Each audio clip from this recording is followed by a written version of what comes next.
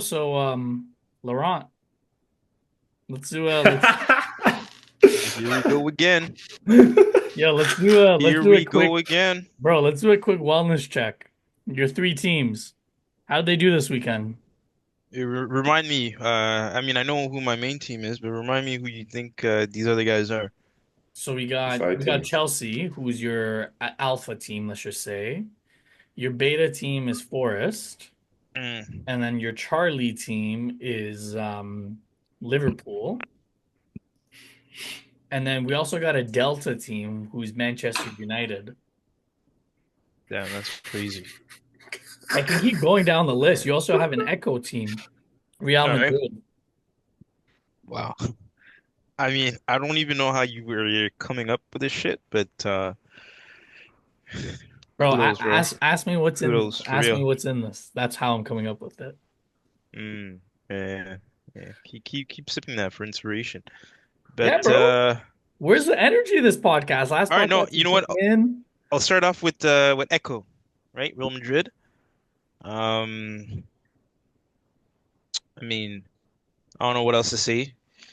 It was a game that they should have won, in my opinion. Shoulda, coulda, Um, woulda.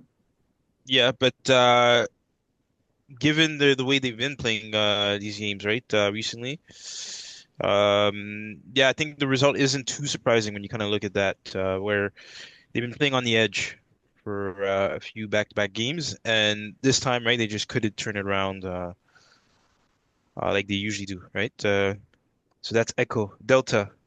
Who's that? Liverpool? No, no, Man U. Yes, yes. So Man U. Man U in this case, listen, man. I think that team just needs a new line, a new front three, in my opinion. Um, Mind you, one of their most offensive players, that's been performing this season is out with injury. What's his name again? Black guy, Ivorian, left-footed. You guys know what I'm talking about? The young Who? guy For who? on Man U. He's not Ivorian. Oh, Yeah, sorry, Amadiallo? he's Ahmad, right? Yeah, Ahmad, yeah. yeah, he's yeah, not. he's Ivorian, no? No. Am I Ricos? No? Amadiallo? Oh, actually, see, I knew that they were one of your teams, bro. This man even knows where he's from. Yo, CJ, we got to buy him a couple jerseys, bro. We got to invest some money into buying this man a couple jerseys. But yes, he is Ivorian. Good job. Uh, I'm th impressed. Thank you, thank you. Yeah, no, so that game pretty dull, stalemate all around. There's nothing I think pr like productive that came out of any of the players, even single-handedly. I think that's why Pep brought on Doku when he Mhm. did to try to bring in some spark. He tried his thing, but yeah, I think it was a bit too late for that. So that's Delta. Next is Charlie, Liverpool, right? Yeah. Honestly, the only thing I can say is who gives a damn? The title's theirs, right? They can lose, the next the next few games and still walk away knowing that they got it in the bag. All right. Next, Nottingham Forest. Hmm. That was a good game. It was. That was very Watched yeah. it. It was a very good game. Yeah, no. That was yeah, it was a very good game. Down to the wire actually, where Mhm. Daniel Forest Mullen. yeah, yeah, yeah. Oh, and Uh yeah. Forest were actually very close to sneaking out a draw. mhm. Yeah. And I mean, I'm pretty sure that you watching that game definitely had your regrets in terms of your signings. I literally Um, said it every single time that we yeah. come to Villa, do I not? Hmm. I say it every single time. Daniel Mullen is an Arsenal Academy player who went to Hmm. Dortmund after the academy, after he was released from the academy, if I'm not mistaken. And then they also got Marco Asensio Right, on right, loan, where we could have afforded a loan. But anyway, right. yeah, like I say it every single time. That's why it's a touchy subject. Mm. But now coming to your boys, Chelsea, tell me. I mean, that right there for us was a huge disappointment. I'm gonna say, like, I don't like the way the table is lined up, especially with the last couple of games. For all teams, I know now Newcastle has a few games in hands, it seems. I think they have one or one two. game in hand. But your Yeah. next game after Conference League, you're facing Ipswich. But after that, you face Fulham at Craven Cottage. You face Everton, which isn't going to be an easy task, albeit at home. Then you face Liverpool at home. Then you play a huge top four battle at St. James's Park against Newcastle. Mm. Then you come back at What date home is that? May 10th, 7:30 a.m. though. Yeah, that's Oh, definitely going to be a game that we have to win. I That's agree. huge. Or Right. at least come away with a point. I don't know if you'll win at St. James's Park. It's a tall order, bro.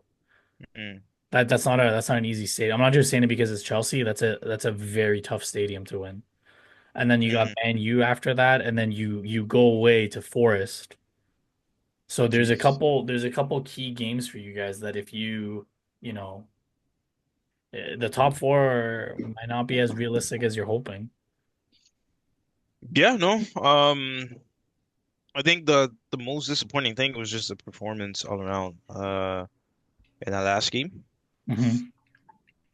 So yeah, I think it's just we're not consistent, and I don't see, how you can build anything, gain any sort of momentum when you have one game, right? You're nice and hot, and then the game after that, right? You're pretty much cold.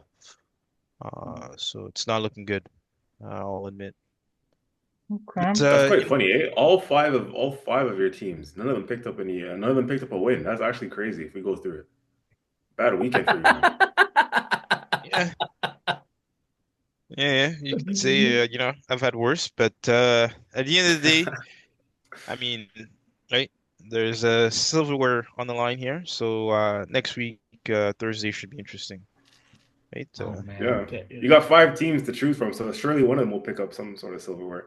Right, exactly, If there are any exactly. women listening to this pod, you know who the real men are. You know who the dedicated men are through thick and thin.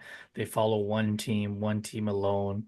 And then you got Mr. Laurent who thinks that wearing a wedding ring is what was the word that you use? It's doesn't show your love, bro.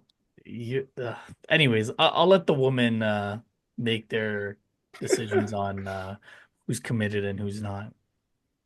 That's crazy. That's insane that how you're inferring. But all right, I'll let you do your thing. I'll let you do your thing. Oh shit. Well, anyways, welcome back. As always, joined by my co-host CJ and Laurent. Welcome, fellas. Yes, We got a sir. big week coming up. We got a huge tie, a couple huge ties in the Champions League actually. Um, we got a tie in the third tier European competition that we'll just kind of breeze through. But yeah, we're back. We're gonna spend a little bit of time on the Madrid breakdown. So let's just start. Arsenal Everton, we drew. It was an early game, 7:30. Unfortunately, I watched the entire game. Um, a couple like on the positives, Ben White got more minutes into his legs. Saka played 45 minutes. He looked good. Jakub Kivior was the man of the match. Like he played unreal. And I know it's against Everton, but Everton, like Beto was bullying Van Dijk and Konate last week. So for Kivior to come in there and play the way that he did and to win man of the match, it bodes well for the upcoming Madrid game. Because if Ben White looks shaky, I wouldn't be shocked if Arteta goes with a natural left center back.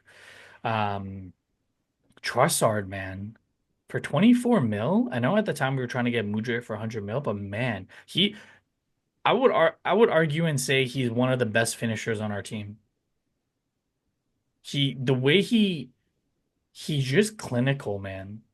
He is just clinical, and I know his contract's winding down, and there are talks that him or Martinelli have to leave if we're going to bring in the likes of Nico Williams or Gyökeres. Um, I, call me crazy, but I would be more inclined to keep Trossard. Jeez. Hmm. I I don't. know CJ has he definitely does not agree with that. His Me? versatility across the front three, though, his versatility across the front three, and the fact that when he comes off the bench, he's been impactful. When he starts, for 3, 4 games, he's good. But then once he gets to the 5, 6 games, you can see his legs start to tire. So he would be good as a squad player, more so than Martinelli, who still at the age of what, 23, 24, he still runs with his head down. My man, get your fucking head up. Like, I don't know, CJ, am I grasping at straws here?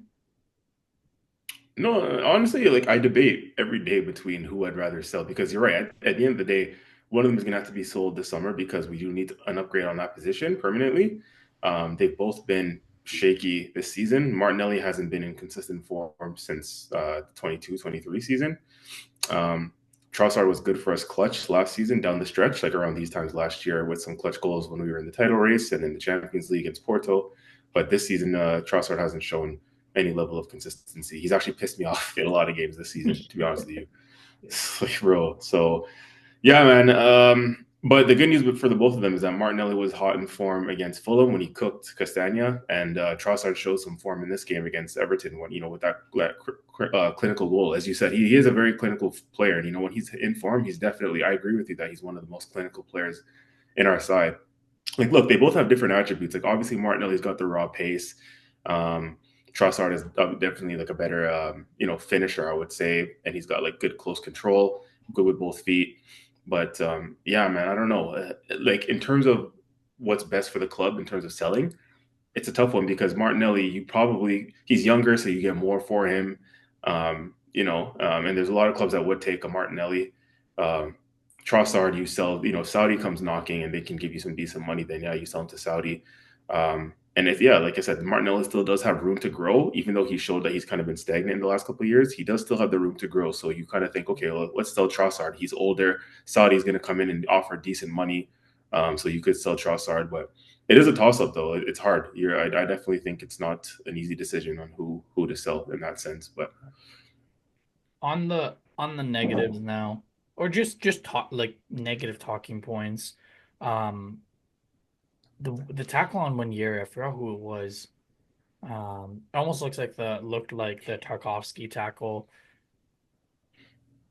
Like I don't, and I messaged this to you, CJ, and even with the Miles Lewis Skelly penalty for Jack Harrison, who went down, and that's how the game finished 1-1. Um, what's the point of VAR?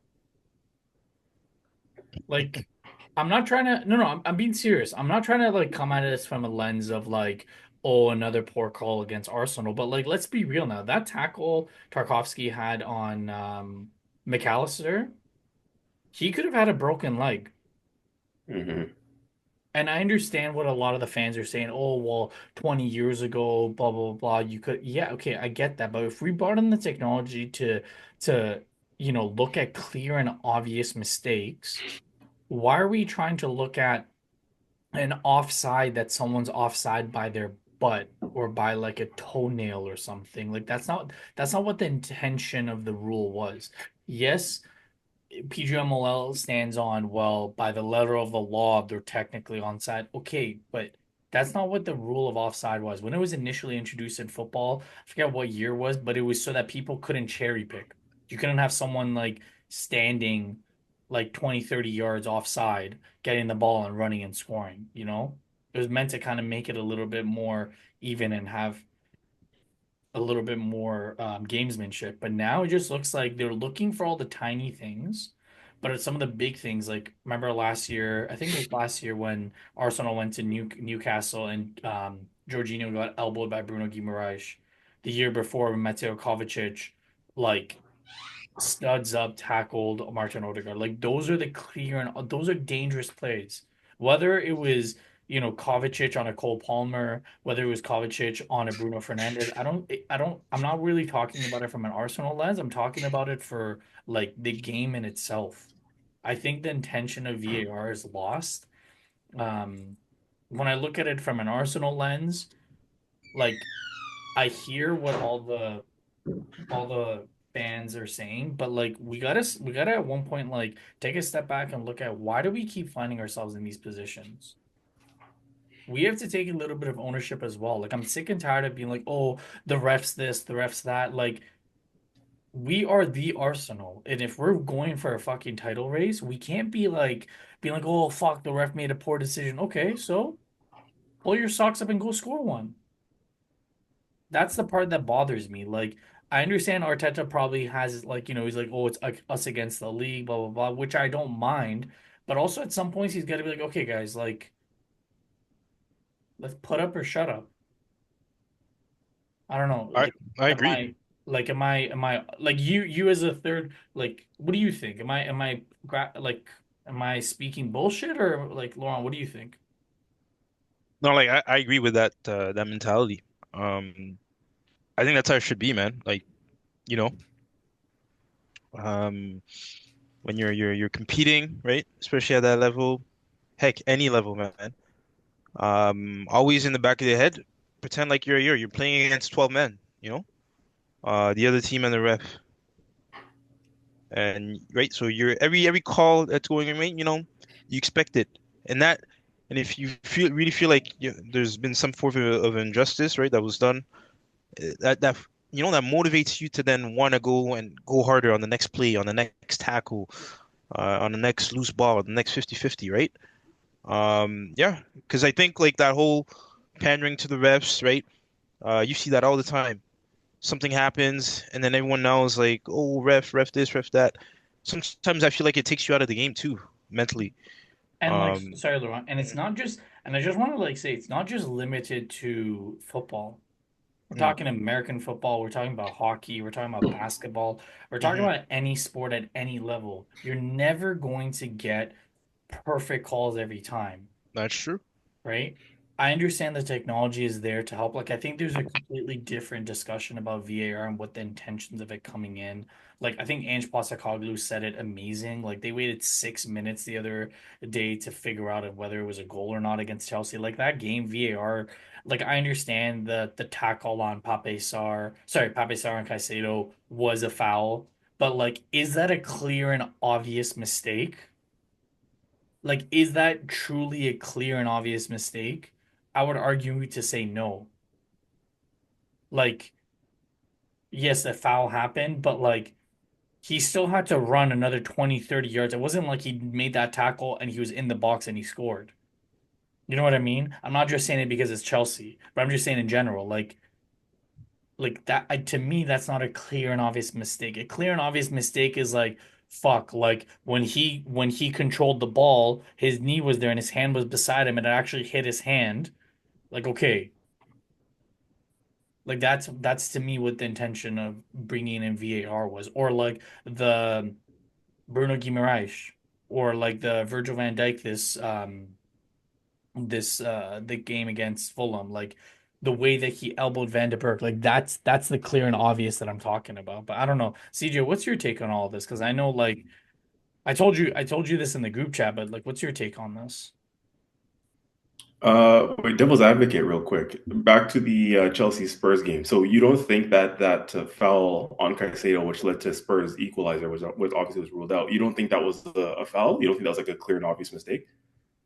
Was it a foul? Yes, but do I think it was a clear and obvious mistake to take away a goal? No, because it Really? is because fouls happen that they get missed. Because if you're looking at it like live, it didn't look a foul, but when you slow it down, it looks 10 times worse. But even then, he was at the halfway of the pitch and he still had to run like 15, 20 yards and then shoot. So the players still had a chance to get in front of him. Was that a foul? Yeah, absolutely it was a foul. But do I think it was a clear and obvious mistake? No. It's in the flow of the game. Interesting. I actually think that that was a clear and obvious error for sure. Mm. Because obviously, he still had more to do once he won the ball, yes, but winning the ball in the way he did, going through Caicedo, fouling him, gave him the advantage for what proceeded afterwards. So that was the same play that took about 6 minutes for them to figure it out. Yeah. Was that the one? And then there was See, one and for for Caicedo as well that took his goal took 6 minutes. Oh, right, right. See, yeah, for me, so that fell on Caicedo, which again led to Spurs equalizer by Sarr, which was then ruled out. That should not be taking that long to make that decision. I believe that it was a clear and obvious error in terms of that it wasn't caught in real time that that's a foul. Because when you look at it back, it clearly is a foul. it shouldn't have taken that long to overturn, but in my opinion, that definitely is a foul that VAR should have picked up on and probably should be picking up on a lot sooner. Just my opinion, but overall, generally, I mean, yeah, like I agree with you, man. Like honestly, at the end of the day, VAR is here to, um, clear and obvious errors. Right? That's what they're there for. That's what they're there to be part of the game, essentially, not re-officiate, not re-referee the game. Right. And in terms of, I guess, transitioning into the penalty against Arsenal versus Everton, the one against Lewis Skelly, one would say, it was a controversial one. Like, there's many who said that that was clear and obvious, that, it should have been overturned, and it wasn't a penalty. For me, again, I might be playing devil's advocate here. Like, it's one of those where I've seen them given, I've seen them not. It's very 50-50 in my opinion. A lot of people thought that that was a clear and obvious error and that it wasn't a foul. It was one of those ones where I think it was Harrison, correct? Yep. Harrison fouled Lewis Skelly first, but then Lewis Skelly kind of tugged back afterwards. Like, they were both jostling for it. And then at the end of the day, maybe even the foul started outside of the box, to be honest with you, and then Did. kind of went into the box.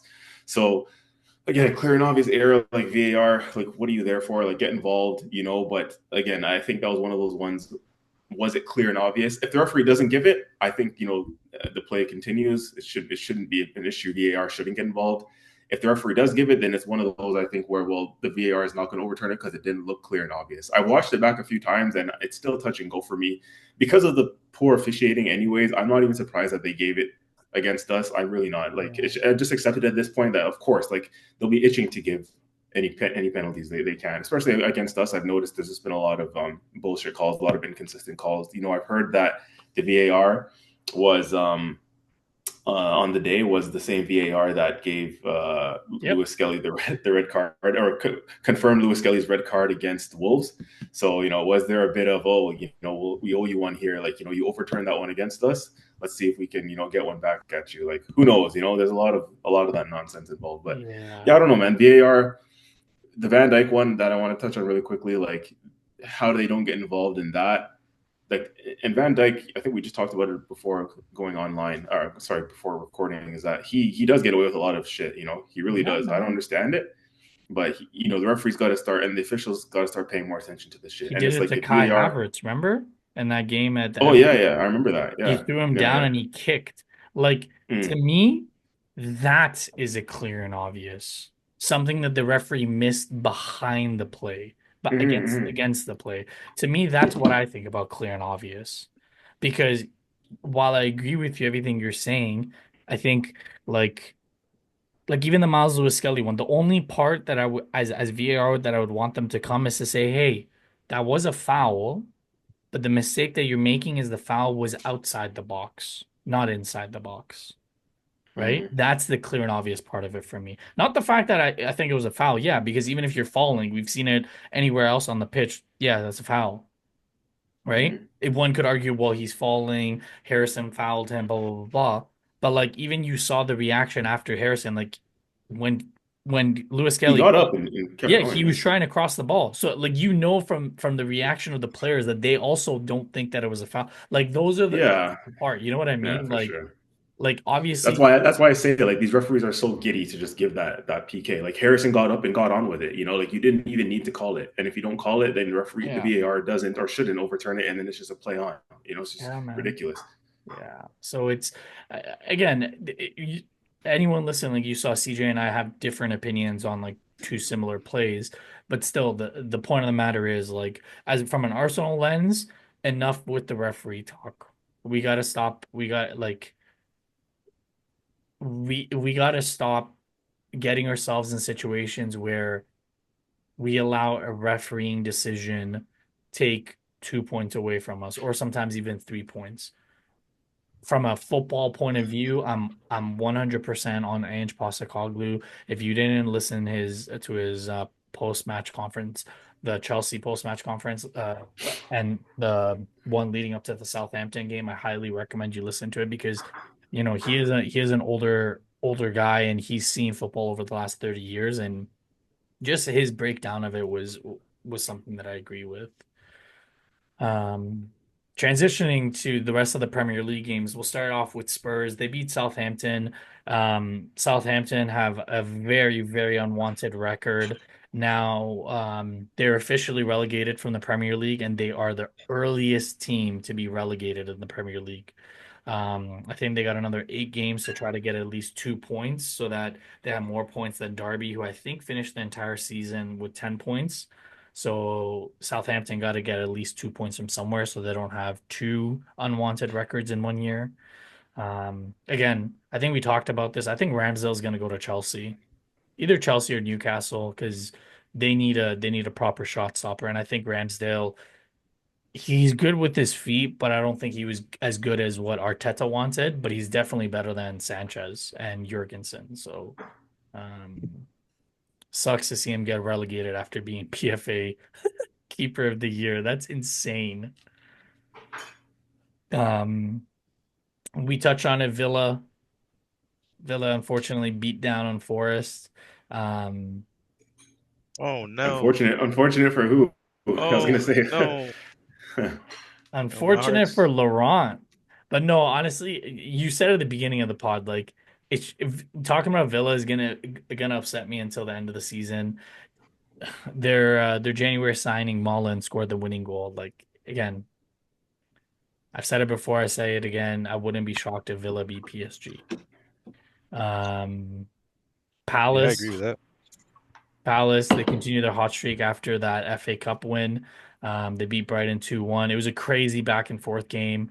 The one question actually Mateta. yeah, that's exactly what I was gonna say. Would you take Mateta, CJ? As a backup, he'd be a good squad player. You're not my Mm. starting number nine. Like, okay, let me quickly do this. Okay, let's just say we get Nico Williams, okay? We get Zubamendi, um, we get John Garcia because we're gonna need a keeper. And we get Mateta, and then we get a left eight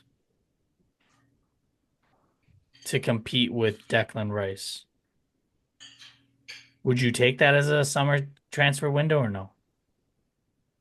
You still got Kai, Um, you would still have Trossard and Martinelli. Maybe you sell one of those two. no, no. I need an elite striker this summer, bro. It's been Okay. too long. I'm sorry. What about It's Eze? been too long. Eze's a baller though. Yeah, he's filthy. So if you got like Zubamendi, Eze, um, and like let's just say Gyökeres, but you don't get a left winger, would you be happy with that? Yes.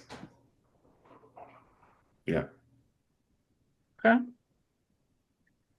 Um, Clinical man. I need a clinical number nine. That's okay. what I need in Okay. this side. Damn, so Um, even so you're saying that that left side can remain as is? The striker is more important for me than the left winger. I think we can Mm, make do. I think Eze can play left wing when push comes to shove. mm, And don't get me wrong, like I guess overall, probably the overarching thing for Arsenal is that they need somebody clinical, whether it's a striker or a winger. Like look at Liverpool, right? Like they don't have a clinical striker, but they have a clinical right winger in Mo Salah. So if we had the current strikers that we have now, but we had like prime Alexis Sanchez from a few years ago, Oh, he was banging in the goals for Arsenal. So at that point, okay, we don't have the striker, but we still do have a clinical forward. So that's probably the overarching thing is we need a clinical forward, period, because right now we don't have one. So if it's mm. not a striker, but you have like a goal scoring winger, mhm. I'd actually take that. It's just that the ones that we're linked with at the moment in terms of left wingers, like a Nico Williams, he's not a clinical 20 goal a No, season no, winger, you know? no. Wolves secure another 3 points. They survived their Mateus Cunha suspension, so it looks like they're pretty much guaranteed a Premier League spot unless something crazy happens, and they slip below Ipswich. West Ham. I mean, that game is more of a it's more of a question of like Bournemouth. Like they've been struggling ever since they lost to Man City in the FA Cup, and it looks like the wheels have fall off. I don't know if they're Mm, going to even make Conference League at this point. Now they're sitting in 10th on 45 points. I mean, they're still within striking distance, 5 points behind Newcastle, but it almost feels like the wheels fell off as soon as they lost to Man City. mm. Um, Chelsea. We talked about it. Chelsea, Chelsea, Chelsea. Yeah. They just made it harder for themselves. Now they're sitting at 53 points, and like I said, beginning, Newcastle face Leicester tomorrow, and I think all of us are predicting a Newcastle win. So it's going to be they're Mhm. going to be tied on points, at 53. So, and the goal differential, that's the only saving grace for Chelsea because they're plus 17 and Newcastle are plus 10. So they're hanging on by a thread. Um, and real quickly, you guys saw Kevin De Bruyne is retiring or Yeah, man. leaving City. Do After you this think? season, Yeah. Do you think he's the greatest center mid in the Premier League? Oof. Jeez. Comparing him to like Scholes, um, Gerard. Lampard, Gerrard, Vieira. That's the new debate. De Bruyne has definitely been added to the debate of Premier League midfield goats. now what are we comparing? Like stats purely or No, no, eye no, no, no. I'm test just as saying, well? I'm just saying, like, if you were to take a center mid and they're all in their prime, out of those five guys or six guys, who would you take? And again, Kevin De Bruyne, Stevie G, Frank Lampard, Patrick Vieira, Paul Scholes. That's a tough one. I feel like these type of conversations are like debates for another pod where you just talk about like the best Premier League, players of all Yeah. time in each position. That we can go on with that one for a minute, but in a short answer, that's tough. I narrow it down. I'd probably take Lamps out of there with all due respect to Lamps. Um, but I didn't see Lampard, and if we're talking about eye test and stuff too, like Lampard obviously he's the best goal scoring midfielder in the Premier Yeah. League era, but if we're talking about like eye test, like when you see midfielders who've carried their teams, like obviously Gerard, but of course Yeah. Gerard didn't win a Premier League, so that knocks him a little bit. But he carried his team. Gerard didn't play in a good Liverpool team. He didn't play in the Liverpool team that we're seeing now. But he carried that average Liverpool team for however many years. De Bruyne eye test, like there's no question, bro. De Bruyne he's different levels, bro. Like yeah, De Bruyne, yeah, he's up. He's in that debate for sure. For sure. Some of the things that he did, some of the goals, some of the assists, the vision, Assists, the mainly movement. assists. Like he made Yeah, everyone around. Like the fact that when he was at City, he pushed David Silva out. yeah. And Mm, like David Silva is a bad man. Like mm, during that time, David Silva was arguably one of the best midfielders in the world. He was up there with yeah, yeah, Xavi, definitely. Iniesta. Like he was that good in that Spain team. Like they would literally Hmm. play with six midfielders. Like you put Silva anywhere and he was dominating. And to come into that team and to like push David Silva out of that team, like that's huge. So I actually think towards the end of Silva's time at City, they ended up playing together with Fernandinho in behind, like that yep. midfield three. That was a disgusting midfield three. I think wasn't that the Centurions? Might have been, yeah, whatever Silva's last year or two was. Yeah. But yeah, man, But that midfield three was nasty. I don't know, like, Laurent, what do you think about De Bruyne? Where does he rank for you? I mean, yeah, if you're talking eye test, I definitely put him yeah, considering everything like the vision, the assist, the goal scoring, all of that, right? Mm. The ability to help his team when it's needed, I would definitely put him up there. But in terms of stats, that's where I'd have to see, right? Like we're talking like in their prime. I'd have to see, right, the stats of each players and then value that, right, against eye test, right? Because there's sometimes too where players they look good, right? Obviously, but in terms of the contribution, right, that's right, mm, and what they're offering their team, in terms of numbers, right, that's definitely something that you have to consider in terms of efficiency, right? But them, that's one guy also that left Chelsea. FY, for those who don't know. Funny enough, when he was playing for us, bro, he was not, he was looking nothing like how he yeah, was but today. he was never given a run of games. Him and Salah were both there when Jose Yeah. was there, and they were never Mm. given a run of games. And I remember Salah apparently Jose told Salah that you're never going to play on my team. Like, Isn't it crazy, bro? They had Chelsea had two of the the best Premier League players of all time now. Those guys, Salah and De Bruyne, they go down as two of the best in their positions in Premier League history, and they were both in Chelsea's ranks. Like that's crazy. yeah. Final game of the weekend or week, the match day. It's going to be Leicester Newcastle Monday. You guys agree that you're not expecting anything else but a Newcastle victory? Yeah. I mean, at this point, I'm cheering for Leicester, man. Okay.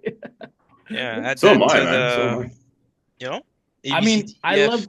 I love Jamie Vardy, so I would love to see him like just bang a couple goals. Like the Red Bull fucking machine. He's always drinking Red Bull and banging goals. For me, Um, it's all about anything to get Newcastle out of a Champions League spot, so that Isak will potentially down tools and want to leave. That's my motive behind Newcastle losing games. yeah. Or even just drawing, like dropping Mm. points. Dropping points would be enough. Um, we did quickly talk about the Madrid game against Valencia, who they lost. It was a huge hit to their title race. Um, Sorry, Mehrdad, did we discuss the Manchester Derby, or we're not even going to bother with that one? I mean, what was there to discuss aside from Kevin De Bruyne? Fair enough. Fair enough. I mean, sure, we can Yeah. go back. The only thing to take away from that is United can walk away this season and say they took four out of possible six from the defending champs. There's not like it was such a boring game. Yeah. Did you watch it? Yeah, it was terrible. It Wait, was so Yeah. actually, in regards to that, man, what is going on with Phil Foden? Oh, yes, yes. So essentially, like the fans were. Thanks for bringing this back, CJ. I completely forgot about this. Essentially, the United fans were like saying something vulgar towards Foden's mom, essentially saying he's one of our own, referencing to Foden's mom alongside like a vulgar synonym for a promiscuous woman. Um, Pep came out called press post match conference and he said the fans should be ashamed and it's classless from the United people. He didn't say that it's United. He just said it's the people. Um, and on it, like I can they're paying their hard-earned money. They're gonna chant. There's been way worse chants. Postecoglou every single week gets abused by the fans. Like it's a bigger and wider discussion. Like Kai Havertz after missing all those chances, like he was getting like death threats. Saka after Euros, remember he was getting death threats and stuff like that. So it's like a wider discussion. Um, because I know we all get emotional and it's like we're so passionate about it, but some of the comments of these like hooligans and outright idiots, like they're not robots, they're humans. But yeah, that was one of the only talking points of the game because of the actual game, it was boring. It was shit. So, and again, Marmouche, how we didn't go for him, I still don't understand. Like, apparently he wasn't available. Remember? We were talking about it in January. Mm.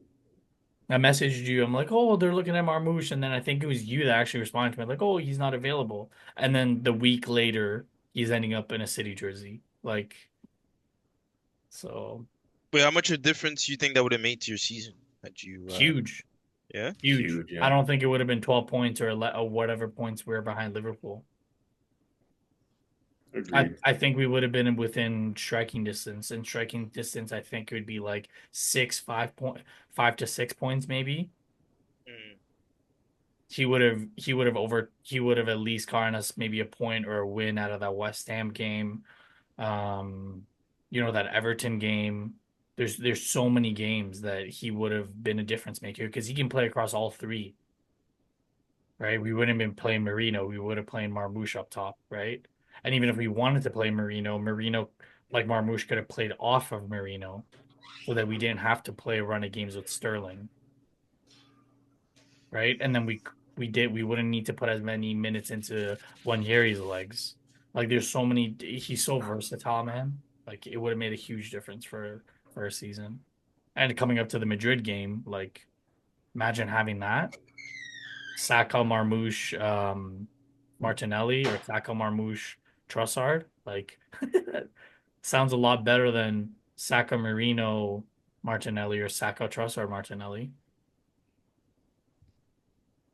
Before he left Frankfurt, he was on like 20 goals or 26 goals or something. Mm. So um but yeah, transitioning to the key the main part of this pod, the Madrid breakdown. Um Over the weekend they lost to Valencia, who were sitting in 15th. They played a strong side. They played Lucas Vasquez, Tchouaméni, Rudiger, Frank Garcia, Brahim Diaz, Luka Modric, Valverde, Bellingham, Vinny, Mbappe, Camavinga, Alaba, Rodrigo, Guler, and Endrick all got minutes. Andre Lunin is injured, but he was fit enough to be on the bench. So there was a debut for Gonzalez, their keeper, and I think if I'm not mistaken, Courtois is out. Um, but he was out of this, but they're saying that even if he's not 100%, he will start against Arsenal. So I don't know. Tchouaméni's out because of I think too many yellow cards. So we're potentially looking at a back line of honestly, I would probably say Vasquez, Asensio, Rudiger, and either Fran Garcia, or you might even see Valverde in the back four somewhere. Um, and everybody else, we know who the main people are. Um, but yeah, some of the key matchups that I wanted to break down with you fellas. Um, Timber versus Vinny. I think CJ, you said it in the last pod.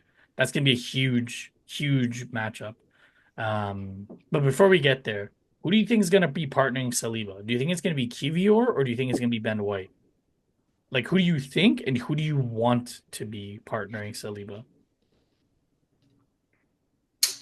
See, this Gabriel injury, man, has just put us in a fucking difficult spot, man. Because immediately after the game, my first reaction was, okay, Ben White, you're going to partner Saliba if you're fit for the Real Madrid game. But obviously, Ben White still doesn't look fully fit. There still seems like he's a little bit short in terms of minutes in his legs, in terms of rustiness. But I also did say after last game that I want Kivior nowhere near this game.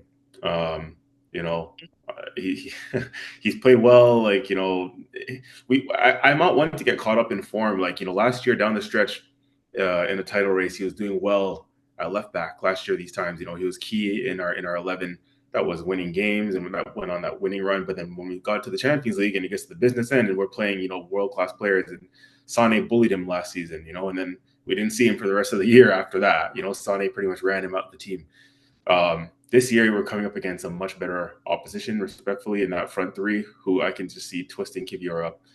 To be honest with you, like, yes, he's been informed, but I don't want to get caught up in that. I think he was man of the match against Everton, apparently. Yeah, he But was. that was with all due respect. Again, there wasn't much candidates for a man of the match in that game. Like everyone was kind of whatever mid, so you just picked the best of a decent bunch. And although he was man of the match, Ouch. from what I just being honest, man, and from what I saw, the goal that we conceded, obviously the Miles Lewis Skelly incident, the penalty, there was a mix-up between Lewis Skelly and Kivior, where ball went over Kivior's head. There was a miscommunication, and obviously Lewis Skelly had to deal with it with Jack Harrison running onto it. I feel like if Gabriel's there, that situation gets dealt with much better. Like that was a loose ball in the air that again Kivior didn't go for. He didn't try and win because maybe he thought Lewis Skelly was there. And it's not the first time. This may be a key point, Mehrdad, that we didn't consider. And this is very key for the listeners. Like, this is not the first time that we've seen a mix-up a little bit between Kivior and Lewis Skelly. Mm-hmm. I'll jog your guys' memory back to the game in the Emirates against Liverpool when we were up, I think it was 2-1. And then we had to make a couple forced subs because Gabby got injured and then Timber got injured. So Kivior came in at left back and Skelly played Kivior came in at left center back. Skelly played at left back. And then you remember we conceded down that channel as soon as those two guys came out. So Kivior and Skelly playing together is a little bit shaky for me.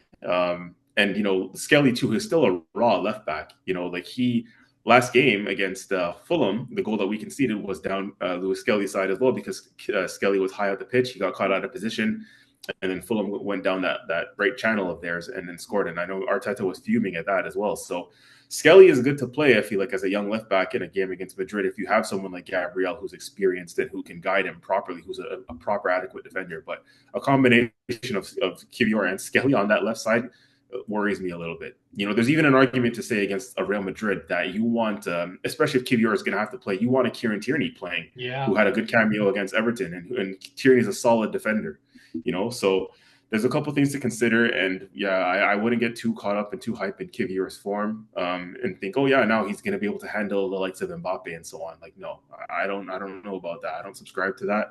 But again, the alternatives aren't great because Ben White is still not fully fit, so it's kind of shaky. But I don't know if you put Ben White, if you Tierney, would you take Tierney because he does it for Scotland as a left center back? That was an option as well that a lot of people were talking about and considering. I wouldn't hate that. I actually would not hate because that they don't option. have an aerial threat, right? Because we still have big guys, right? We still got Declan Rice, Yes. we would still have Timber, Saliba, Yeah. because he does that for Scotland because Andy Great Robertson shout. plays left back, right? So like, Yeah. he plays left wing back, so he plays left of Yeah. the back three. But I would like if Rodrigo's coming on, I don't know. I would trust Tierney more than Kivior. He's got the pace to keep up with. I'm not saying he's as Yes. fast as Rodrigo, but I think he's smart enough to know what angle to take to try to cut off the pace. Sorry, I didn't mean to cut you off, but I was like, maybe Tierney? No, that's solid. Like a kid, and like you said, I think honestly, you hit the nail on the head, man. Again, with like Kivior's lack of mobility and stuff too, like with the fluidity of Real Madrid's front three, like I can just see Kivior being caught all over the place. Like he's not the most mobile. We've seen Gyökeres even twist him up earlier when we played. I remember we played Sporting, we beat them 5-1. Gabriel and Saliba started that game and pretty much dealt with Gyökeres the whole time. But the minute that Gabby came off, ironically with an injury in that game too, Kivior came in and right away Gyökeres got some joy, just outpacing Kivior and burned him, and I'm so fearful of that in this game. And like you said, we're not worried about Real Madrid's aerial threat in their front three in this game. We're worried about their pace and their movement. And Kivior is definitely not as mobile as a Tierney, so that's definitely something to consider. But it's just, do we risk that? Considering it'll be Tierney's first time playing center back for us this season, I can't see Arteta doing it personally. But whether or not we would do it is a different story. But I don't think Arteta would do it. What about Calafiori if he's fit? Because the same argument goes there too, right? He played all of last season as a left-sided center back. But would you play Calafiori, Lewis Skelly? For me, that's already something I wouldn't consider because I don't think Calafiori is going to be fit. I don't know if you've heard anything, but he's definitely out. I was hearing for at least another week or so. Yeah, and even if he was fit, to me, like the bigger discussion there would be that's too offensive for me. Mm-hmm. He's shown that he's a bit shaky defensively this season too. Yeah, like to be honest, like So I know Arteta won't do it. Like what I would love to do is I would play Tierney because I know if I tell him, hey, do a fucking defensive job. I don't care if you don't go past midpoint. All I want you to do is focus on defense. I think Tierney can slow down that front three with Saliba. And I think it would give a more license for Lewis Skelly to, come in front with Partey and, sit in front of the back three. Timber is a lock for me. Timber has to play right back because with Vinny and I know and Mbappe likes attacking on that side. So quickly, I'll say for me, again, gun to my head, and I have to make the decision tomorrow. Like, I think ultimately, at the end of the day, I'm going to go with a center back partnership of Ben White and Saliba. Personally, I think with Ben White, the guy he's such a warrior, and yes, he's been out of form, but or not out of form, he's been injured. So, but for me, I don't know. Like you ask that guy to go to war for you, Ben White will do it. He's come back from injuries in the past. Where I remember a couple seasons ago, we played Newcastle when we were in a top four battle, and he was just coming back from an injury. It was a serious injury too. I think it was like a muscular injury, and he was basically playing with a bad hammy or whatever, Yeah, it was pardon a me, whatever the hamstring injury was at when the he had it time. wrapped Yeah, up. Yeah. early, and look, all season last season and to start this season before he had to do the operation. Apparently, Ben White's been playing injured for a long time, but he's someone who will come in and he will do the job for you. Like he will go to war for you, and that's what Arteta talks about with him all the time. And he's experienced enough, I think, to slot in that center back partnership alongside Saliba, and I think do well. Like we even saw earlier Yeah. this season, actually, when we played Liverpool, he came in and played center back. Do you remember at the Emirates? And then he Yeah. played that good ball over the top for Saka. And what Um, did you so say? I'm What not did you I'm not say concerned. last pod? You said it perfectly last pod. We're missing, what are we missing this game? We're missing our warrior. We're missing the guy Yeah, who, like, if Gabriel. you're gonna go into a war, like, who do you want? You want Gabriel. Yeah. And with White and Saliba, I think there's no stopping that front three. It's inevitable that they're gonna score. But to slow them down and keep them at bay for as long as possible, I I think it should be White. I really think it should be White. Yeah, agreed. And maybe put him on the left side to get him away from Vinny and Mbappe because they both like coming off the left a little bit more. Um, to be on Timber's side, and then if they start attacking, at least that's an easy switch. Arteta can just tell them switch sides, right? If you want to give cover to Lewis Skelly, maybe if Lewis Skelly goes up, then you flip it so that Timber stays back to cover Ben White and almost have Ben White playing like the sweeper. So he's the last man back, so he doesn't have to do those sprints and let Saliba initiate the first contact, right? Um, Mm. the other question I have for you guys, this one, Laurent, I think this one would be good for you too.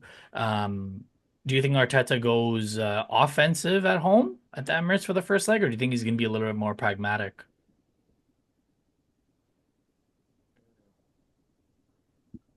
Okay, I'll let CJ answer that one first. Um. Hmm. Wow. Because Yeah. This is a tough one.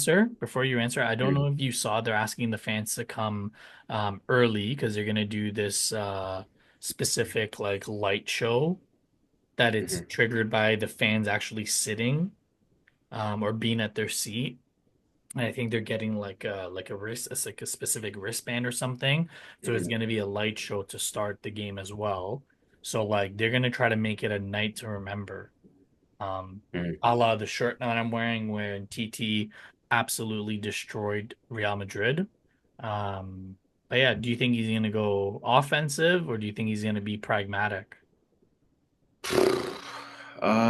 This game at the Emirates, I actually think he's I can go either which way, but I don't think he's going to be very pragmatic. I actually think that he's not going to switch up his style, and he's actually going to try and attack them. I think because he recognizes that they have vulnerabilities in defense, and we have the likes of Saka back now. Now, how fit is Saka, we don't know, but Martinelli showed a bit of form lately. Trossard showed a bit of form lately. I think he's going to get hyped and caught up in the fact that Marino's been scoring a few goals. So I don't think he's. I think he's going to look at this now in terms of the position that we're in at the moment and think, oh, we don't have to change this up as too much as we thought we would have a few weeks ago when I was talking about doing a back three or back five sort of thing.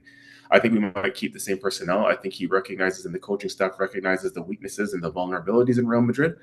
And I think he actually for this first leg, he will stick to our regular style of play and try and go for them. And honestly, I'd be a hypocrite to say that he should do the opposite because I was the one that said we need to go to the Bernabeu with a lead. If Mm-hmm. we have any chance of getting through, we need to be in a position where we're in front. So to be honest with you, we might have to go with that approach, and we might have to go on the front foot and bring it to them a little bit. To be honest. Okay. Laurent, what do you think? Yeah, no, I agree. Um, I mean, my answer, I don't really know the ins and out, right, of Arteta's style, his nature, right, because I don't follow all Arsenal games in that manner. But I do think given Real Madrid's, recent run of form, the way they look shaky in the back as well, it makes a lot of sense to try to get the one up on them as quickly as possible. And then I mean, you score an early goal, and now you have all the time to do the game management, right? If you're trying to be, more pragmatic, right? As the game progresses, right?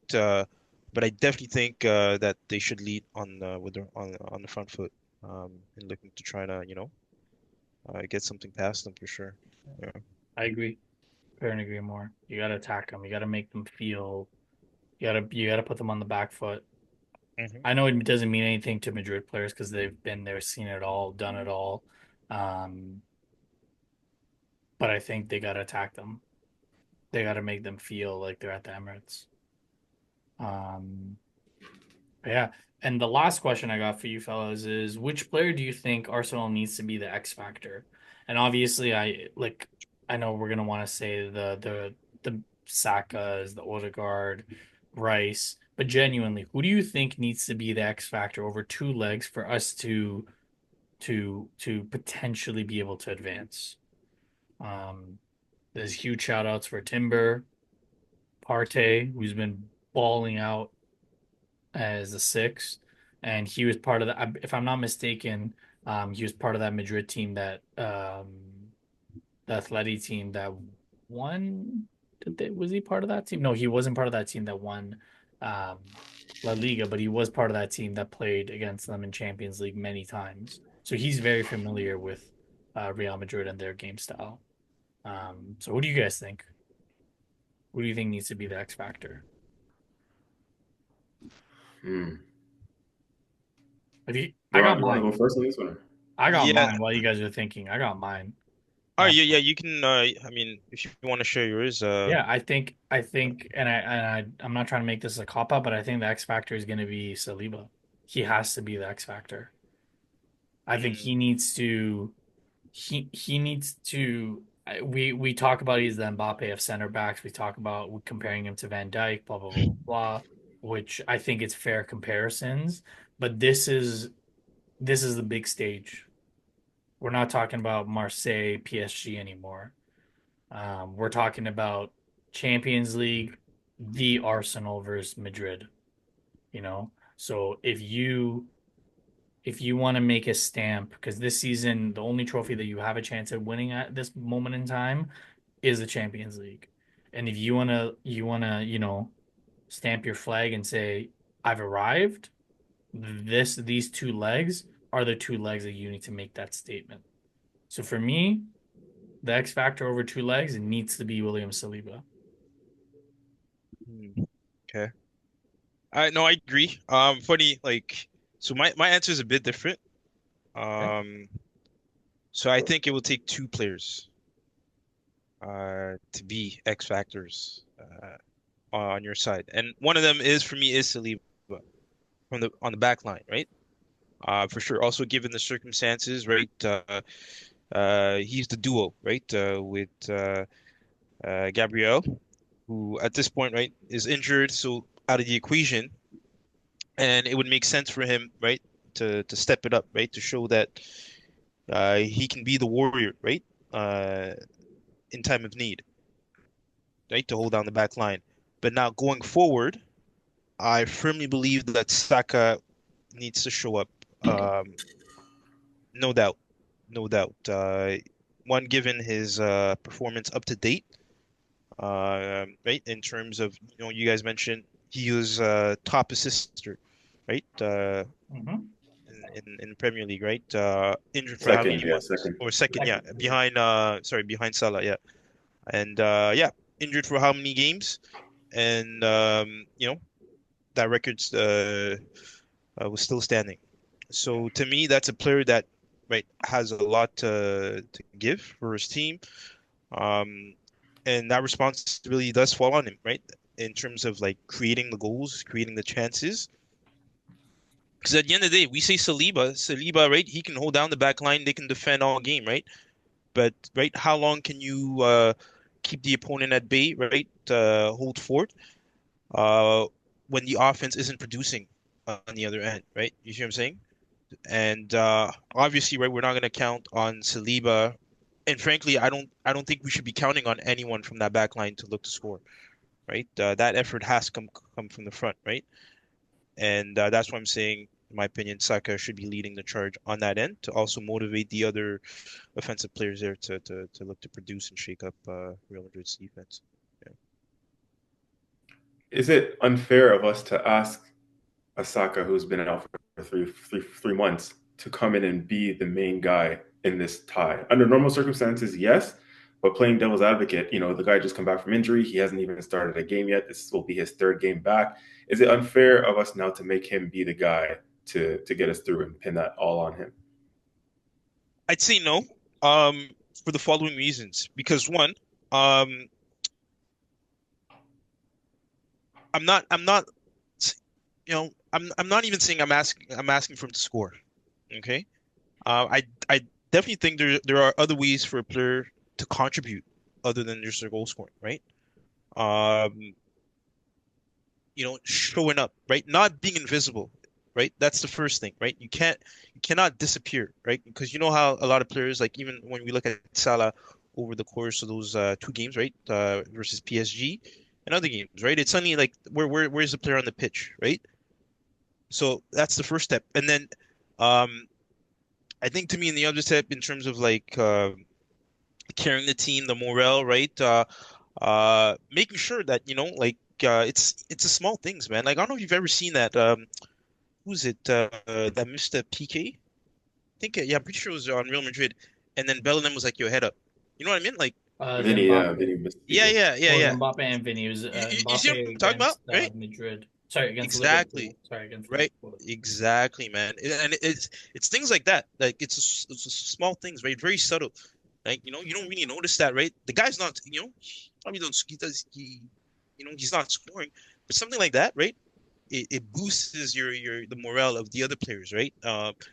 And it allows those other players, to get in the game, play with confidence, right? That way, when those things happen, it's like like no one's hiding from the ball, right? No one's like shying away from their game naturally, right? So yeah, so I'm not saying right that again, like he should perform right to the level he has been performing when he was fit, right, 100% and whatnot, right? But I'm asking for more so in terms of even just leadership as well, right? I think is very important um, on the offensive side, right? Um, yeah, so I don't know if that answers your question. Do you guys think he starts, Saka? Yeah, after getting 45 minutes, yeah, 100%. Hmm. Or I think one Yeri play. I see that's the thing. I don't think he's gonna try to do that to one Yeri to play um the full time, the full. Like I think it's too big for him to be the starter. So I would say Saka. I think you said it like they kept everything close to the chest, and I actually think Saka was more fit than initially thought, and I do think he could have came back before the international break, but I think they had one eye on these Madrid ties. And they said, you know what? Let's keep him out. We'll get some legs into him the last two games. They might have done a closed door um, friendly against either like the under 21s or something just to get him up to game speed because he doesn't look like he's missed a step. It's not like Ben White that actually looks like he's missing a step. He's come back and he's popping up at the right places. He's still riding tackles. He's not shying away from it. So yeah, I think Saka's gonna start, and that back line is not very sound. Like the Madrid back line is very shaky. Again, they have the firepower as soon as you get to the midfield and up, um, but yeah, that's just I agree with you, CJ. I also agree with Laurent. Like Saka has to be one of those, but I would almost be looking at, and I'm not trying to steal your thunder if this is the guy that you're going to pick, CJ, but I'm almost looking at Martin Odegaard. You're facing your club. You're facing the club that said you're not good enough, right? If we're talking about having two players that need to be X factor, Saliba has to be the X factor now that Gabriel's gone. But if we're talking about creativity, creating chances, leading, who like I know Laurent, you don't watch a lot of Arsenal games, but CJ, you know this. When we're pressing, who's leading the charge with the press? Hmm. Before it was Havertz and who? Odegaard. Yeah. He's dictating. He's popping up in front, left back, right back, in front of the center backs, picking up the ball to trying to get involved in the game. Like he, again, I don't disagree with you, Laurent, but also if I'm gonna play the devil's advocate like CJ's doing, like I would be looking at Martin Odegaard. Like you need to show that that armband is not too heavy for you in games like this. But yeah, CJ, who's Yeah, your man. No, backup you there? actually you hit the nail on the head, man. You kind of, Oh, preempted my I'm thoughts there. sorry, But my bad, my no, no, bad, my bad. it goes to show that we're telepathically on the same page. So I'm sure everybody is thinking the same shit. Like that coaching staff should be sitting Martin Odegaard down and having the same discussions with him that we're having. And um, I agree with Laurent as well. It definitely, of course, if you have to pick one player to be the main guy in these ties, you can, but it's going to take an effort from a number of players. And I'm going to pick two as well. Like, of course, Saliba on the back line, as you guys said. Saliba for me is he's talked about wanting to stay at Arsenal, and he's recognized that in order to be recognized as the world class center back, the best in the world, you got to win trophies. So Saliba's already talked about that himself in press conferences, and he's like, I can't be up there in comparison to the likes of Van Dijk and whatnot because I haven't won anything yet. He's recognized that. So this is your time to shine. Like the Champions League under the lights against Real Madrid, this is what the best players play for. This is what best players dream of, and this is where you can, announce your arrival. Obviously, Thierry Henry announced his arrival long before the Real Madrid when he played Real Madrid back in 2006. But that game, everyone remembers Henry for lighting up the Bernabeu. Saliba, how are you going to put your name in Arsenal folklore and say that game under the lights that night in the Champions League, I locked down Mbappe, I locked down Vinny, so on and so forth. Like these are the kind of games where you establish yourself as a world class, top level player. And Saliba, it's going to be more interesting looking at him now because over the course of the season, Gabriel's been the better center back, to be honest with you. Like, I know we call Saliba the Rolls Royce because he looks silky on the ball. He's the modern generational center back. But Gabby's been the best center back, in my opinion, this season. He's made Saliba look good at times because Saliba's been shaky at times. So it's like, all right, Saliba, bet. Now Gabby's out. What are you made of? Can you be the leader in that back line if you have to play alongside a Kitty or alongside a Ben White who's not fully fit? You got to step up and be the man. Van Dijk makes other players and defenders around him look good. So can Saliba now do the same thing without Gabriel? So there's definitely going to be more of a spotlight on Saliba. And the Martin Odegaard one, yeah, like you said, Mehrdad, that was definitely my other one. Bro, the guy's had a poor season. Let's keep it a buck. He's had a poor season. He's now being compared to, or he's now being criticized in comparisons to the like of other players in his position, like a Bruno Fernandes and so on. We're saying, Bruno's carrying a shit Man United club, whereas Martin Odegaard this season has gone hiding in a team supposed to be in a title race, and you're the captain of the club. So we'll give him a bly because he's had one poor season. But world class players shouldn't be excused for having a poor season. If you're that good, you can't be shit respectively for a whole campaign. I'm not having the injuries thing. The guy had a kid mid-season, so some people have been giving him that excuse like, oh, he's had a child. Like, bro, you're not the one breastfeeding, man. Like, get up and get on with it. What do you mean? Like, bro, carry on. I'm not having it. God. I'm not having it. Yo, we need to Yeah. yo, we need to clip that. We need to clip that real quick. 100%, bro. No, he's been cheesing me, bro. He's actually been cheesing me. I'm Oh, coming out with my shit. feelings. Oh, Like, That's crazy.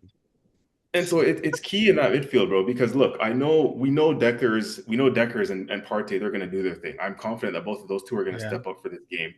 Martin Odegaard, captain of the club. Laurent said it, leadership. He's another one again, like a Saliba, where you're in the spotlight, you're the captain, you're supposed to be one of the best, and you're in your position in the league, if not in Europe. This club, Real Madrid, has pretty much shun you out. You're playing the club that gave you a chance at 16, but then said quickly, maybe you're not the guy, you're not good enough. He should be motivated more than anybody else to be the guy in this game. Similarly, again, if we're doing Arsenal comparisons to how Jack Wilshere announced his name when he was 16 years old and he dominated a midfield against Xavi and Iniesta against Barcelona at the Emirates when we won that game 2-1. For those who may or may not remember, the Arshavin winner. Martin Odegaard's got to do the same. Go in against Real Madrid and boss a midfield consisting of Camavinga, Modric, Jude Bellingham, Valverde. Like you need to step up and be the guy. Like you've had a poor season, but you can be excused if you ball out against Real Madrid in these two ties. Yeah. So 100%. Those are the two key ones for me, man. Like we need guys to announce themselves in this game against Real Madrid. This is what they all play for. This is what they all would have dreamed of. Don't shy away from the moment. Y'all got to step up now. Like it's them times for real.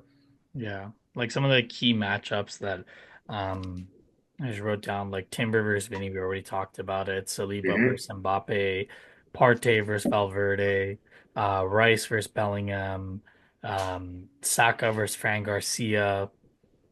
I had Kivior versus Mbappe, but I'm hoping it's Ben White. But either way, one of those two, then we got to look at Martinelli on that left side against either Lucas Vasquez or Basket. David Alaba coming off an injury. Even Valverde, if Valverde's playing there and they're going to play with Modric in the middle, or if they play Camavinga, because Camavinga is shown to be pretty versatile, right? So there's a lot of key matchups, and I think the biggest thing that I want to see in this game is matchups aside, everything aside is like finishing eighth, being in the relegation zone. Like I hear everyone, whatever you want to banter Arsenal. It is what it is. But from the dark days that we came from through COVID, um, the Mustafi days, like this is what we wanted. Whether we win or lose, um, obviously I want to win, but I want to see them like have a real go. I don't want to see them scared. Like last year against Bayern when we went out, like we had a real go. And while I was upset that we lost, because I think if it was Gabriel and not Kivior in that situation against Sane, I think he would have just taken a tactical foul. Um, but I really want to see Arsenal have a real go. I don't know, like even if they come out and they score one early, like I want to see us put that pressure on them. And then when they go to the Bernabeu, like this jersey that I'm wearing for the listeners on you, like this jersey holds weight at the Bernabeu. This is the jersey that the Galacticos, you know, watch dominate them. So yeah, I really want us to see us give it a go. I don't Give know. me your guys' starting 11 for this game. Laurent, you can. I'm not sure how much you can chime in, or if you want to chime in, considering how much you've been watching of Arsenal tactically. So feel free to chime in as well. But yeah, I want your guys' starting 11s. What you think, Mehrdad? You can start. For Madrid or for Arsenal? No, Arsenal starting 11 against Madrid on Arsenal. Tuesday. So Timber, Saliba, White, Lewis Skelly, back four. Partey, Rice, Odegaard. And then front three. I'm gonna go with Saka,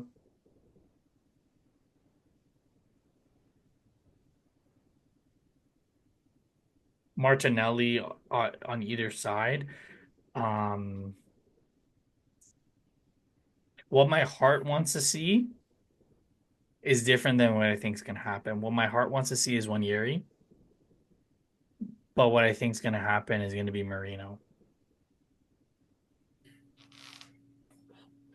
Mm. Wait, where do you want to see? I want to see Yeri as the false nine, and then Oh, play a rotation with Martinelli. has that been done? No, No. and I Mm, don't like again. I don't think Arteta is gonna do anything like that in a full game. Like probably he's definitely done it at practice or like against like the U21s or something. But um, that's what my heart wants to see. But hmm. what I think is actually going to happen, I think it's going to be Marino. He's been on good form. You can't deny it. He hasn't lost his place. But yeah, that's my starting lineup. I think that's the strongest lineup that we can go in with.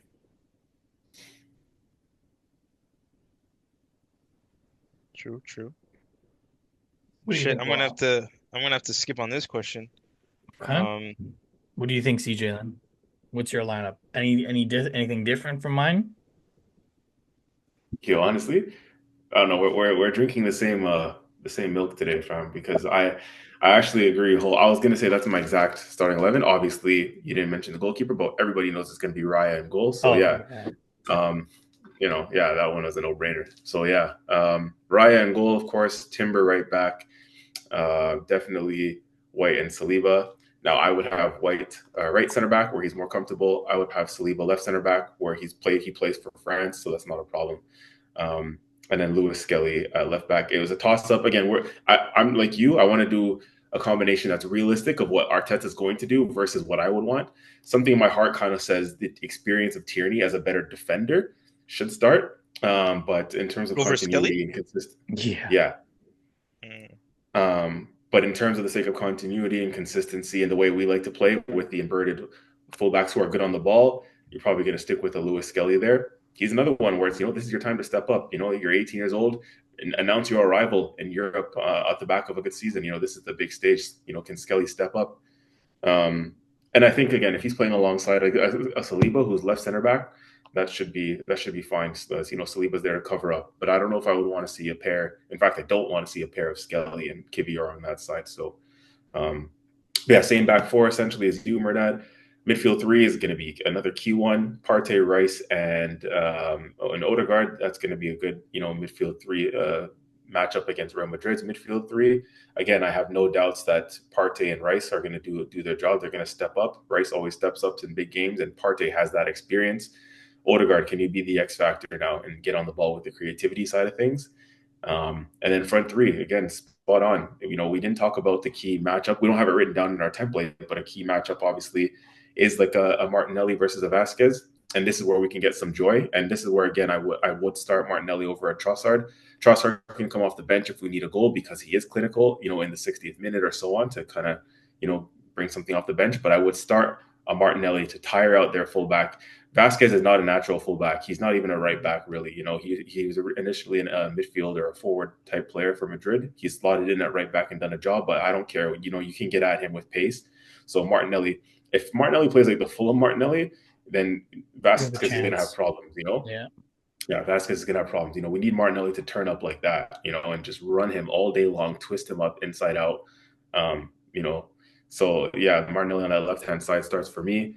I think just about you're going to have to start Saka on the right because again, this might be too early of a stage for Winieri.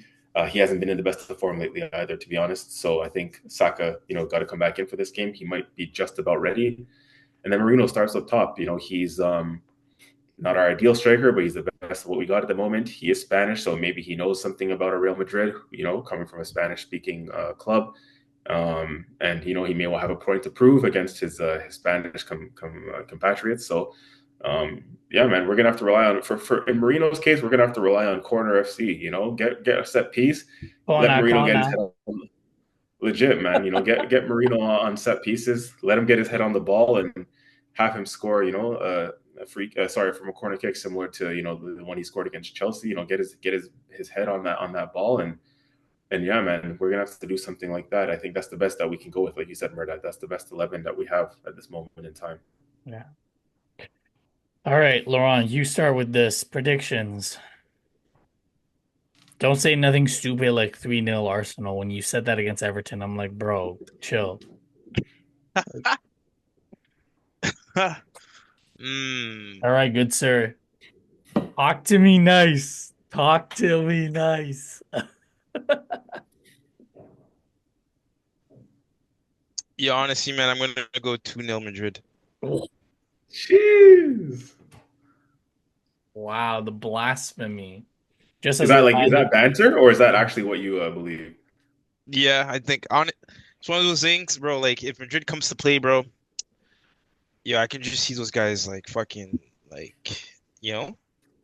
Mhm. Um, yeah, yeah, and I heard the points you guys made. There's okay for me.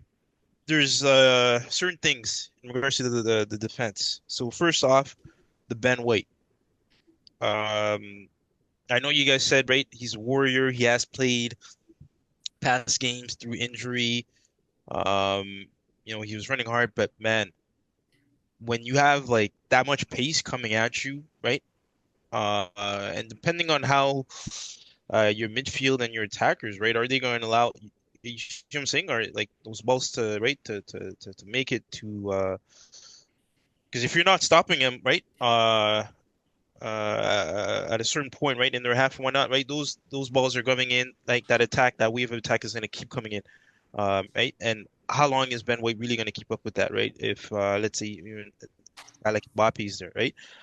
That's one. The other thing, Lewis Kelly, um, if he plays, I honestly sense he's going to make some kind of error.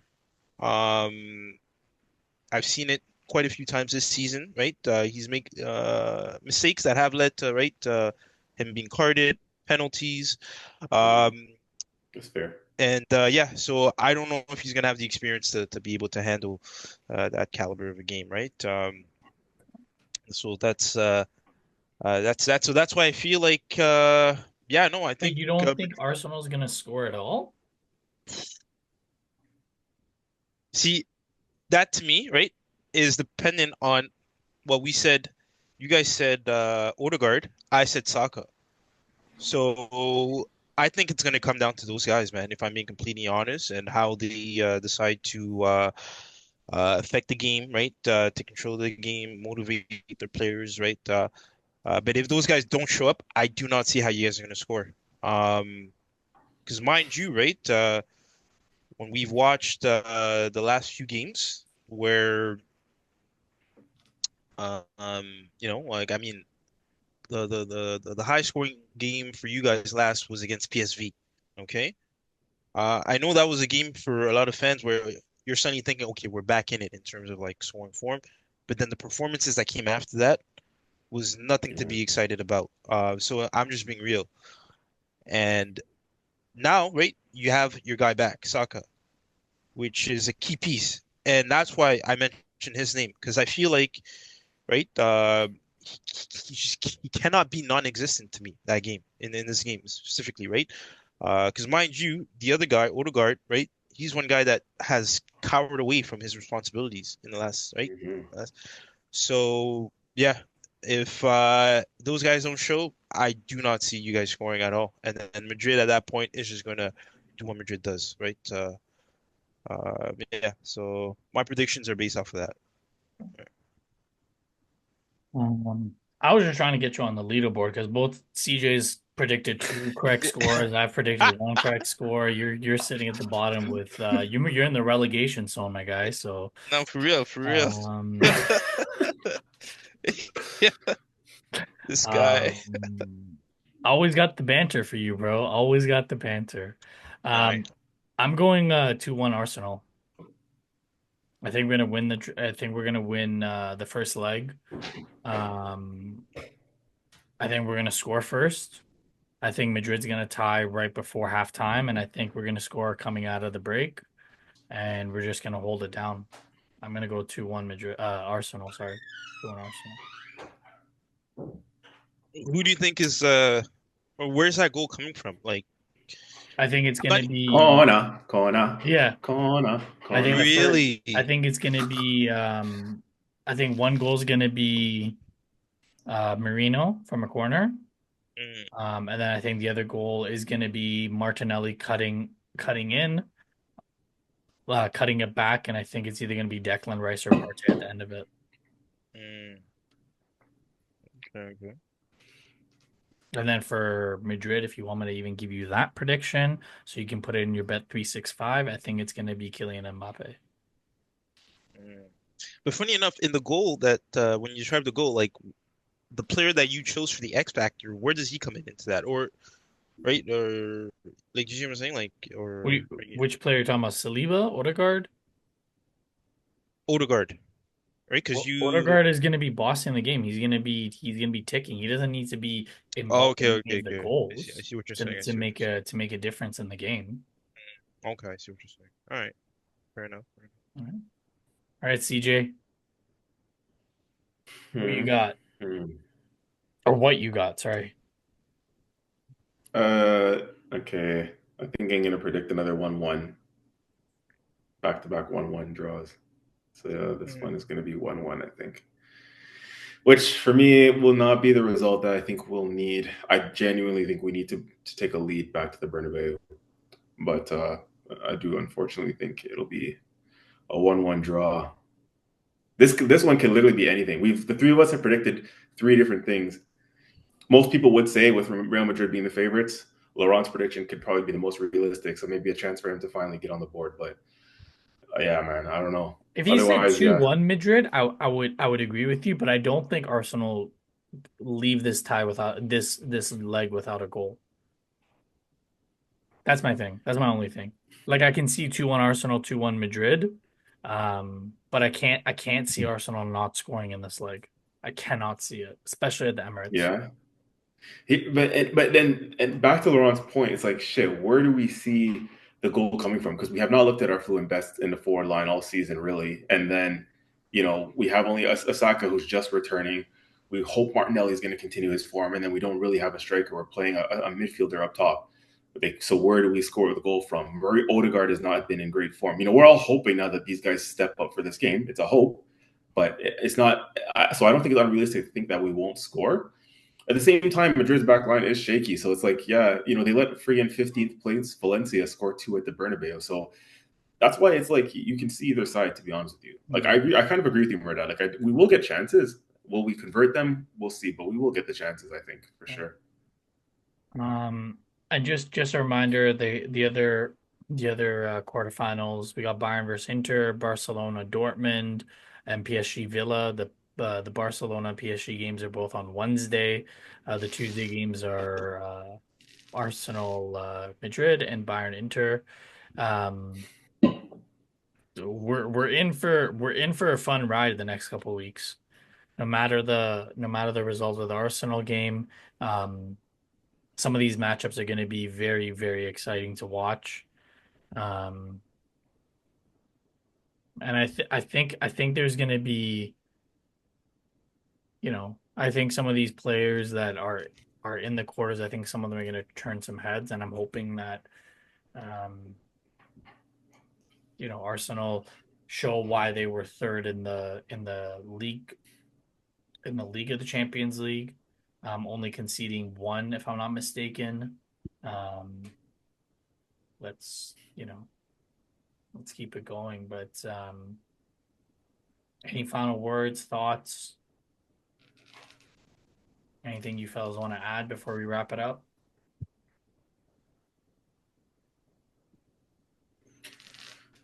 For me, yeah. It's finally here. Again, repeating myself, but those who know me and who have been involved in this podcast, we slipped out of the title race, and I've just kind of cruised by these Premier League games without little care or attention. I've just been looking forward to this Real Madrid tie for a good while now, and it's finally here. Again, this is what we watch the game for, especially as Arsenal fans. This is what we live for, to get back into the Champions League and to play under the lights against the best team or some of the best clubs in Europe.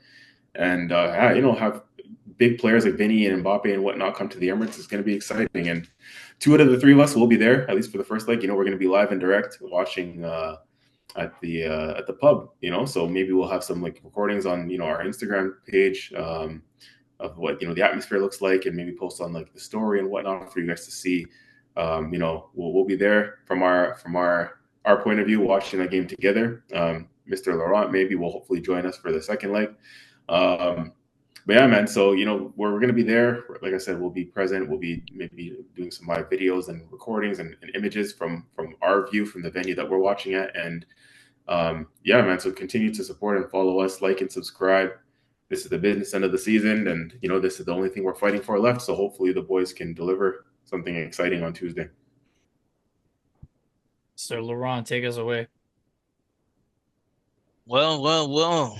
All I can say is y'all better hope y'all produce something, because you already know I got the jokes on lock ready if that result goes the other way.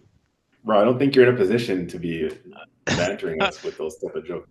Listen, for me, it doesn't matter. I already told y'all, like my team, right? We're rebuilding. You guys had all the years to get your shit together. Mind you, this is the only saving grace you guys have for this season, and you guys know it in the back of your hearts that like you guys have to produce something with this with this Champions League tournament. So anything less than arriving at the finals for me is a failure on your part. And I know that you guys know this. You guys think the same thing. So yeah, man. I'm just waiting to see. Are we gonna have Netflix FC again this year, or is Arsenal, is ready to actually prove that they're worth being a top club again in our book. So yeah, no, but other than that, I think it's gonna be a great week for football. Interesting matchups across all the boards, right? From Tuesday games to the Wednesday game. So I'm gonna be tuned into that, and also the Thursday game. What about the Thursday? Oh, okay. I Oh, was yeah, gonna yeah, say of course, what of course, of uh, course, of course. Come on, man. I can't forget about the Thursday game. So, yeah, no, I'm excited. I'm excited for real, actually, for this draw. And hopefully, like I mean, CJ, you already know, man. I do like the underdogs. Um, I think Arsenal, as good as they are, funny enough, and it's such a weird position to evaluate it from. But given the state of affair at the club currently with the players list, right, the injuries and whatnot, clear underdogs. Um, clear underdogs, even from the way their domestic season has gone, compared to Real Madrid, right, where technically, right, they're still very close in the title race. So I think on all fronts, right, the morale. This is a time for now Arsenal to show, right, that they're willing to like actually show up, right? So that's why when you guys mentioned earlier, right, maybe hopefully the boys at the club are sitting down Odegaard, trying to give him this talk. Because yeah, man, this is the kind of shit that should be running through these players' head before this big game, right? And now they have to show up. So that's what I'm saying.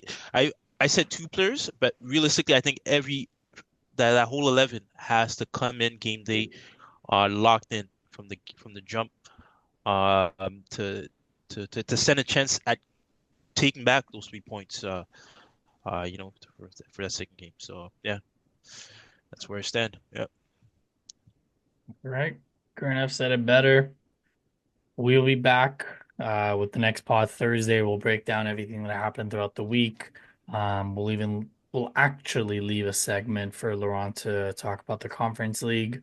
But yeah, as always, thank you. Thank you for listening. Thank you for watching. And we'll see you on Friday.